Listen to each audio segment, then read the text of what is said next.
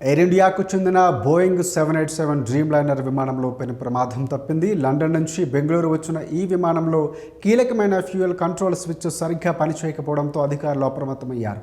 ఇంజిన్కు ఇంధనాన్ని సరఫరా చేసే స్విచ్ ఆటోమేటిక్గా కట్ ఆఫ్ పొజిషన్కు వెళుతుండడంతో పైలట్లు ఆందోళన వ్యక్తం చేశారు. భద్రతా కారణాల దృష్ట్యా ఈ విమానాన్ని బెంగళూరు విమానాశ్రయంలోనే నిలిపివేస్తున్నట్లు ఎయిర్ ఇండియా ప్రతినిధి వెల్లడించారు.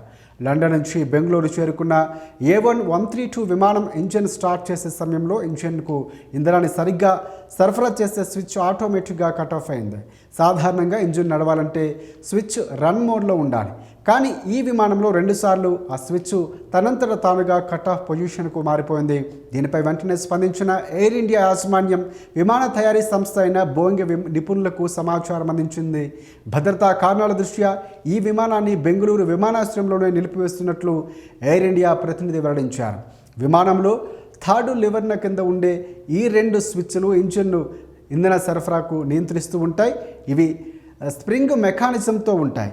పైలట్ కావాలని పైకి లాగి జరిపితే తప్ప ఇవి మారవు. ఒకవేళ గాల్లో ఉన్నప్పుడు ఇవి కట్ ఆఫ్ అయితే వెంటనే ఇంజిన్ ఆగిపోతుంది.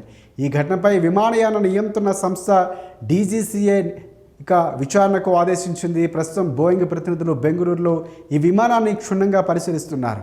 కేవలం ఒక విమానానికే ఈ సమస్య ఉందా లేక ఎయిర్ ఇండియా ఫ్లైట్లోనే అన్ని 787 విమానాలకు కూడా ఉందా అనేది కూడా తెలియబోతున్నారు. ప్రయాణికుల భద్రత తమకు ముఖ్యమని, లోపం పూర్తిగా సరిదిద్దేంత వరకు ఈ విమానాన్ని నడపబోమని కూడా ఎయిర్ ఇండియా సంస్థ వెల్లడించింది.